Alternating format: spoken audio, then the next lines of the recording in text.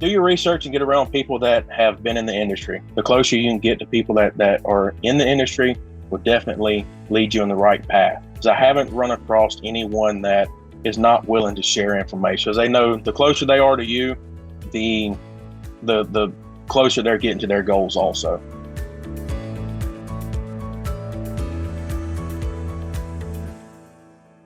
Welcome, everyone, to the Road Less Travel Show. This is a show about people that were successful in a previous career and left that career to go down a different path. I'm your co-host, Richard Coyne. And I'm your co-host, Bill Zahller. On today's show, we're so pleased to have David Moody with us. David, welcome. Hi, guys. Thank you. Absolutely. Yeah. Thanks again, David, for being on the Road Less Traveled show. To begin with, can you tell our listeners a little bit about your background, what line of work you were initially in, and how long you've been doing that line of work? Yeah, so I'm still currently doing it. I'm in the transition phase of trying to get out of my W-2, but I've been in construction for 20 plus years. From the last 15 years, I've been in the oil and gas industry. I'm a quality control, quality assurance inspector. So that's what I've kind of been working on the last 15 years or so. Okay, and then what have you been transitioning into? Multifamily, and I'm starting to look into some self-storage. Mm-hmm. Oh, nice. Okay. What geographical areas do you focus on? Any in particular? So, well, right now we have some stuff in Charlotte, North Carolina. We've got 32 units over there. We have 16 units that's a full rehab out in West Texas. And then I'm looking in the Oklahoma area, specifically like the Tulsa markets, and then self-storage that I'm currently under contract on is right beside my house, real close. So down in Mobile. Very cool. Nice. Very excellent. Yep. Good deal. Yeah. So David, in the oil and gas side, are you on the pipeline side or are you on the exploration side? The pipeline side. So we do pipeline and like facilities. Okay. Gotcha. Wow. Yeah. So imagine that that takes you to different parts of the world, and I think there's oil and gas in Oklahoma, isn't there? Oh yeah. There is. Yeah. Yep. So yeah, I've been all over the country, and I've worked offshore some. Worked with some of the larger oil and gas companies out there, and it's taken me to different countries to work over there also. So it's been a fun career. I've seen a lot. I tell people all the time that my kids have been very fortunate. Before my oldest just turned 16 this year, and she has seen probably more of this country than a lot of, grown adults get to see in their entire lifetime. So hopefully whenever she gets older, she'll be able to realize, that all my sacrifice wasn't for nothing. Right. But we're working through that. Right. Yeah, that's pretty cool. I mean, I honestly, myself, I've probably been to about half the states, not all of them. Certainly not. I've been to Hawaii, but not to Alaska. But even at that, I probably only hit about half the states. So it's something that I'd like to change that, but haven't been able to do so yet. But that's pretty cool. So, yeah. So David, is there a funny story you can share? Something in your oil and gas days that has struck you funny that you can share with us? Yeah. So back before really oil and gas, whenever I was just breaking out into the construction industry, I was working with a inspection company that we had the I-10 bridge out over in Pensacola, Florida, that was demolished by Hurricane Ivan.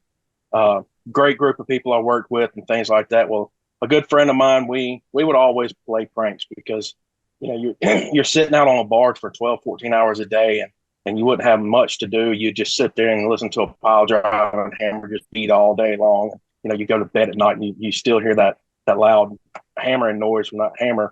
But, to try and make things easy and have some fun out there while we was at work, we'd always prank.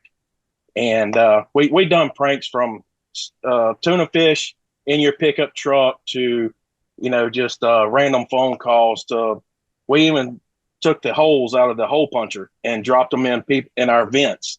That way, whenever you turn the air on, it looked like a big celebration in there, right?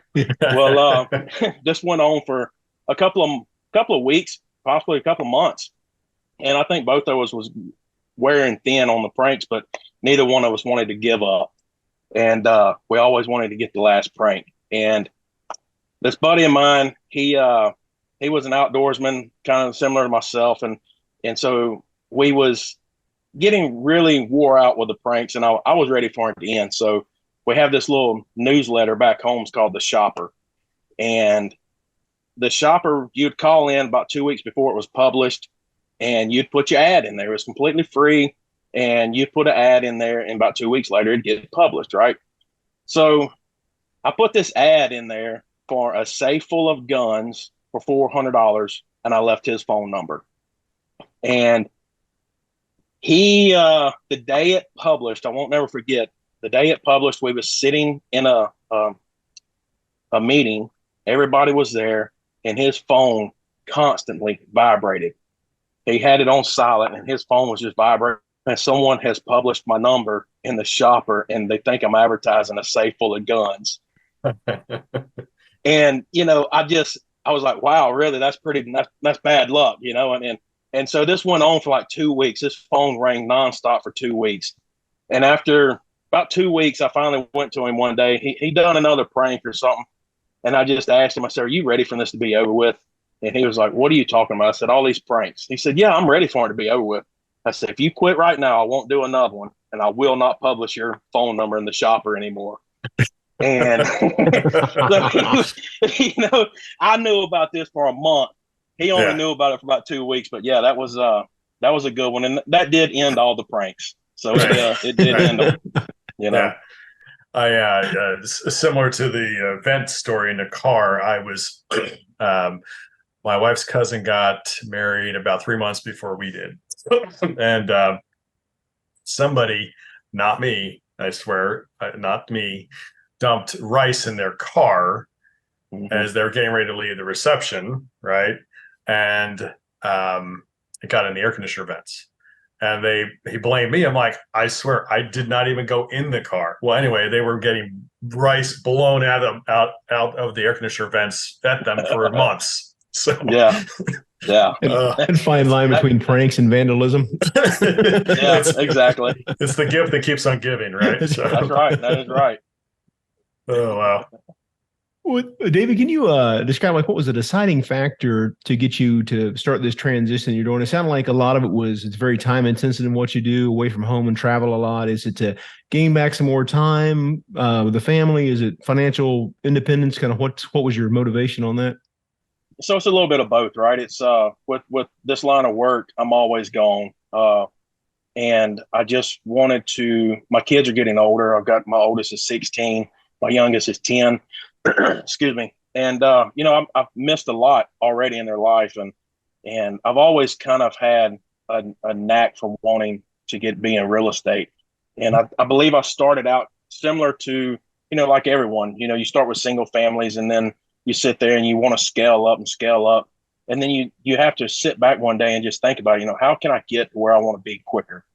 And I started researching, how is these people buying, 100 single families or 200? How do they got 1,000 single families, right?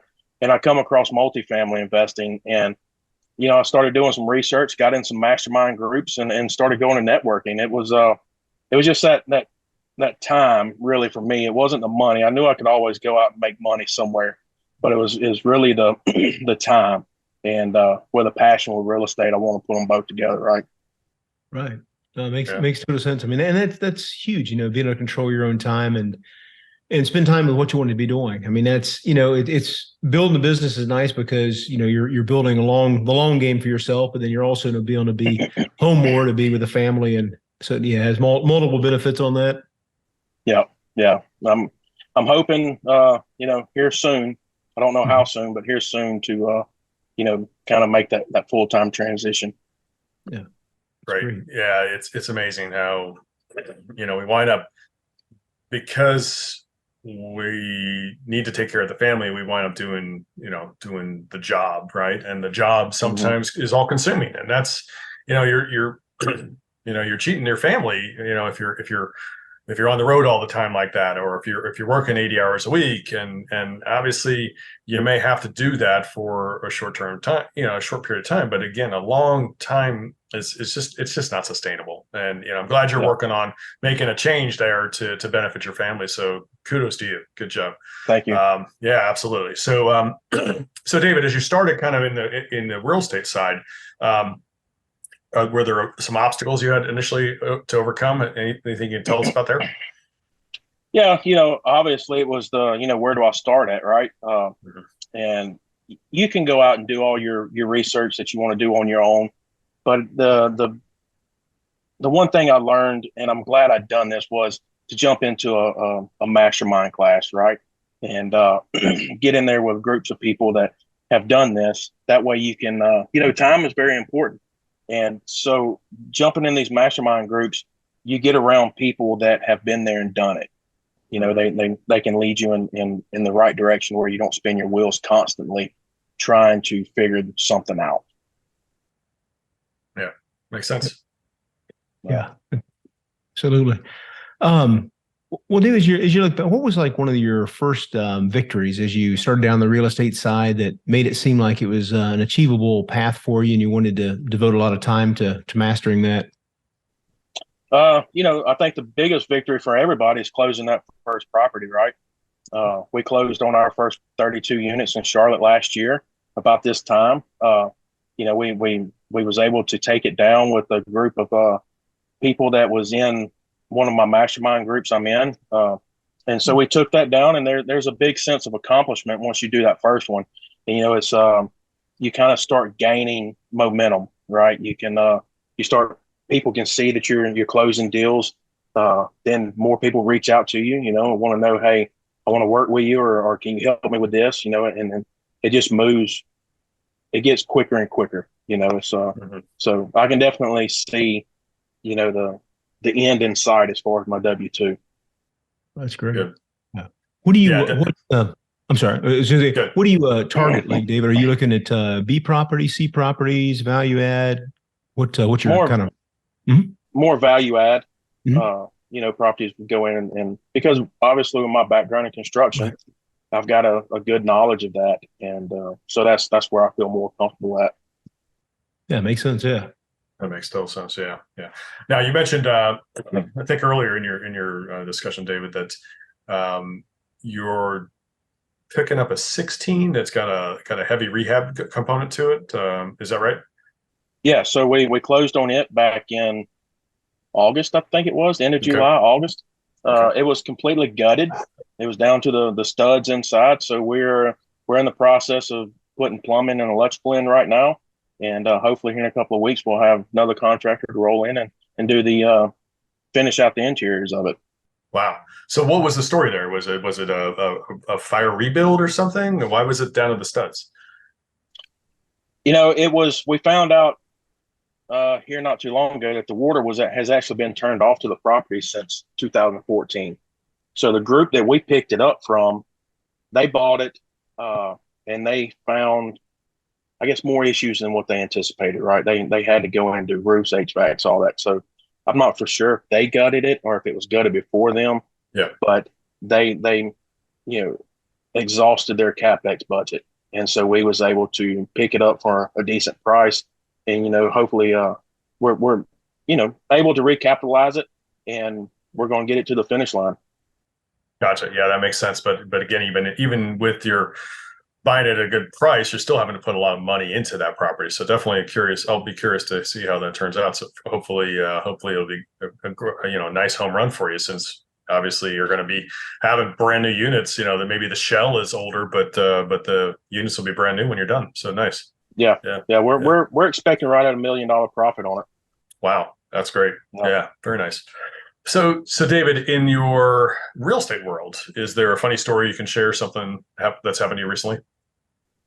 No, not really. It's been a lot of trials, right? We've with that 16 unit, we actually had our first general contractor just kind of walk off on us. So that's been it's been funny and disheartening at the same time because we really wanted to work with this individual, but they had other reasons to leave outside of their control, I guess. But it just kind of really put us in a predicament, and we've been in high gear trying to pick up the pieces and fill in the voids here lately, and I think we've got that handled, luckily. Gotcha. You didn't pay him 100% up front is what made him leave? Say that again. I said you didn't pay him 100% up front. Did you? Is what made him leave? Oh, no. All the years in my construction industry, and no better than that, right? Good. Yeah. Wow. Yeah. Well, David, where are you today in your journey? Like I said, you've done the 32 unit in Charlotte and West Texas. You have another 16 unit there in the middle of the rehab. So are you looking to do similar properties? And is there any areas you're focusing on as you move forward? Yeah. So we actually, one of my partners lives in Alaska, and we're under contract on 32 units up there. Then I went under contract on the self-storage back in Alabama. I'm still trying to work some stuff in Oklahoma right now. And then we also have another one about an hour and a half from our West Texas property that we're getting ready to close, hopefully here before the end of the year. Mm-hmm. Great. Wow. Yeah. Alaska, that's crazy. Is it in Anchorage or is it somewhere smaller city? North Pole. We went up there and done due diligence, and I was able to go and tour Santa's house, and actually had Santa to FaceTime my kid, my youngest kid, and whenever that phone call ended, all of a sudden here comes the text messages with the Christmas wish list. My phone pinged. It seemed like my phone pinged for 20 minutes after that. It was just picture after picture after picture after picture. I got more of a kick out of that than actually going up there and seeing Alaska. But it's definitely a beautiful state to go see. That's amazing. Yeah, actually, I just saw an article talking about how Anchorage has gotten a lot of heavy early snow that they're wrestling with right now. It's been more of an issue than they expected. Yes, my partner is he had to dig himself out of his house the other day because they had like 2 foot of snow over the weekend, 3 foot over the weekend. Mm-hmm. Wow. Yep. Yeah. So I was just David, like with your as you're growing here and expanding and looking at multiple different properties, is there something you've implemented recently in your business that's allowed you to kind of scale like this? I'm trying to do more networking, right? To get out and find more people has the ability to raise more capital. I think with the environment that we're in with lending and then a looming recession been kind of hanging over our heads for the last, year and a half now. People are getting a little more tight with their money for obvious reasons, right? And so I'm having to do a lot more networking and reach out to people and just try to build those relationships to where, hopefully after the first of the year, we can go after a couple more syndications and scale a little bit more next year, hopefully. Mm-hmm. Great. Yeah. And that's what I mean, really, at the end of the day, we've talked about this all the time, that it's not, you're not really in the real estate business, you're in the relationship business, right? They're all long-term, everything you have between your investors you have a relationship with, your brokers, management groups, it's all relationship driven. Yeah. It's very, very key. Yeah, it is. Cause we recently found out, exactly how tough it is to get those relationships built and able to, close a property with the key people to, find the capital and assist with finding the capital for us. Right. Yep. Yeah. So David, is there something that you do personally or maybe through your business that you can mention that you do in a way to give back to help others? Yeah. So I tend to like to help people underwrite. I get a lot of requests from people that are struggling with underwriting and things of that nature. For the first year, whenever I was, looking into multifamily, I stayed in the spreadsheets, right? I always wanted to know how the numbers worked, what we could do to increase NOI and things like that, and try to give them some insight, things that they don't necessarily see. One of the biggest things I've seen here lately is people that are taking a property that, is heavily vacant, say 40, 50, 60% vacant. Well, they're not increasing their expenses, as they see the vacancy increase. Mm-hmm. And so, just being able to provide a little insight to things like that definitely helps them. And sometimes they'll get, cap rates from some source somewhere, and there'll be a tertiary market, and they'll have a cap rate of 5%. And it's like, well, hold on, you're probably way off there. Let's do some more digging into this, and let's make some phone calls, talk with the brokers and talk with the banks in the area, and let's see what they're seeing for cap rates. Mm-hmm. And it just provides a lot more insight from people in their underwriting. That way, they don't go and get themselves in a bad situation, right? Right. Yeah. If you wind up overpaying for a deal in a tough market, you could be paying for that one for a while. So yeah. Yeah. Yeah. I mean, the hardest ones you see people they underwrite it back when it was 4% cap rates with a compressing cap rate on the exit. It's going to be hard to. Yeah. A lot of things have to align for that performer to work out. So exactly. Absolutely. So you just want to see the conservatism in there, and the things you don't know, you write in as much out as you can. Yeah, exactly. I'd never have a compressing cap rate on an exit. I'll always decrease it or decompress the cap rate. At least a tenth, per year that I hold it at minimum. Right. Yep. Yeah, it seems like it's been a fairly standard. Yeah, so 50 basis points over a 5-year hold. Right. That's again a good rule of thumb, I think, on that. Yeah. Excellent. David, what advice would you share with somebody who's considering making a path change? Do your research and get around people that have been in the industry. Proximity is very, very key in this industry. It's the closer you can get to people that are in the industry will definitely lead you in the right path. That's one thing that I've noticed with the real estate folks that I have interacted with in the last couple of years, is I haven't run across anyone that is not willing to share information. They're not, willing to hold that back to, see you fail, because they know the closer they are to you, the closer they're getting to their goals also. Mm-hmm. Yeah, great advice. I mean, again, we definitely, do think it's important to really make sure you're around like-minded people and learn from others and all that good stuff as well. So, definitely great insight. Yep. Well, Dave, what's the best way for our listeners to be able to reach you and learn more about what projects you have going on? Well, they can reach out to me on my LinkedIn profile. I've been trying to stay on LinkedIn pretty heavy here the last couple of weeks, couple months. Facebook, just look up David Moody and look from the big fat guy that has a couple of real estate posts every so often. But or they can reach out and call me. Well, David, we would definitely want to thank you for being on the Road Less Traveled show today. Really enjoyed the conversation and want to wish you continued success. Yes, sir. Thank you. I do appreciate it. Absolutely. David, thank you for being on. We really do appreciate your time. And we also want to thank our listeners. Please continue to give us a 5-star rating so we can bring you more great content like our show today with David Moody. And we also want to remind everybody of a couple of important things that Park Capital Partners has going on. First, we have the Park Capital Partners Value Add Fund, which is a 506c fund open today to accredited investors. Second, and then next we have the Park Capital Partners Foundation, which is a 501(c) nonprofit that Bill and I created as another way that we give back. The way that works quickly is that first we fund the operations of the foundation to, enable all the money that's donated to go to the charitable organization to go do its best work, which is to help others. Next, we personally donate. Third, we corporately donate. And finally, when investors invest with us in one of our projects, we make a donation to honor that investor to a pre-selected list of 15 different charities. So please reach out to say hello. Happy to have a conversation anytime. ParkCapitalPartnersLLC.com, ParkCapitalPartnersLLC.com. And remember, folks, the road less traveled may be calling you. We recommend that you listen and take action. Thanks for joining.